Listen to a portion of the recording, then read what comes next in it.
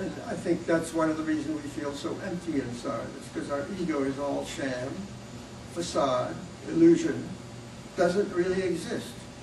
So we're imagining this whole world, including the world of, physical world. We call the physical world the real world, and I think that's a total misnomer. I think the real world is the energy world of God, and the ego world is not real. So, but how come that we look so real to each other? And this chair looks real, and this floor, and this room, and this building. Everything looks so real because we're so used to thinking through our ego that reality is really what our ego has become, what our ego is defining it to be, rather than what it truly is.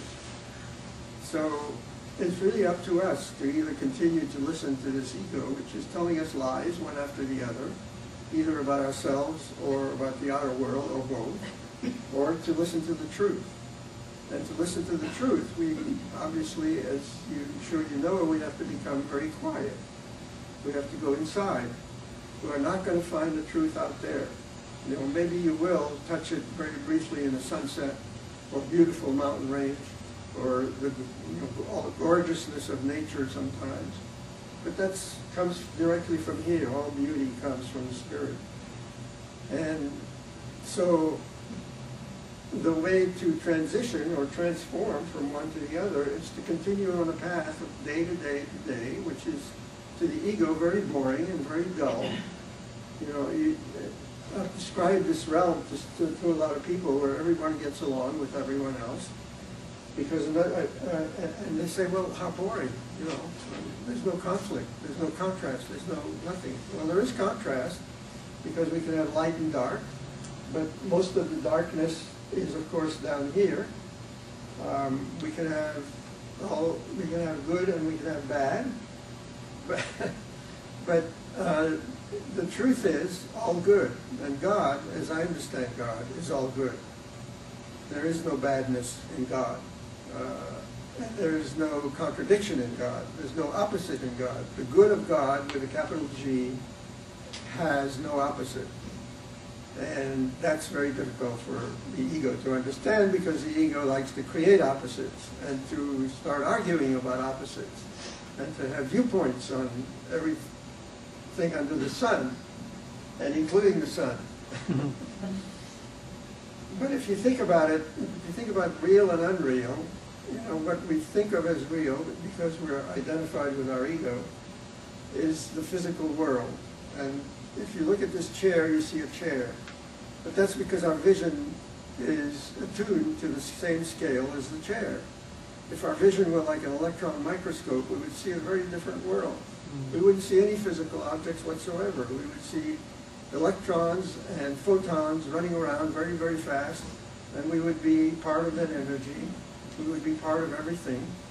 And so the physical world that we are seeing is really an illusion, and it is not real. And we live in it with great difficulty because we're kind of become slaves to our egos. And our egos I believe, created the physical world in the first place. Because if God had created the world, including us and including everything in it, it would be all perfect. There wouldn't be any sickness. There wouldn't be any limitation. There wouldn't be any lack. Everyone would be provided for, and no one would have to worry about anything. So I think God created us. We created egos. Egos created the physical world. Egos wanted a place to experience their separation. And what better place where planets and stars are separated by light years of distance, in the huge expanse of the universe. And on the planet, this planet that we have for our own, we build separate houses to live in and drive in separate cars, and we do everything pretty much separately on our own. So that in itself perpetuates what the ego has created and is still creating. So the path that I talked about, the 12 steps, is described in one of my books, the 12 steps for everyone, because the addiction that we have to this ego that we're not even aware of most of the time is exactly what a program like that was designed for. You know, an alcoholic is addicted to alcohol. He doesn't understand, or she doesn't understand, that the alcohol is what is causing the sickness, and we don't understand that our ego is what's causing our sickness. If we eventually get to a point where we can surrender our egos, and that takes a lot of time and a lot of inner thought, a lot of meditation, and developing intuition. But intuition is what tells us what goes on in this world. But if we do continue in paths like the science of mind, eventually we hear that inner voice. We hear the voice of truth and love speak within us. Welcome. Hi. Sorry to be late.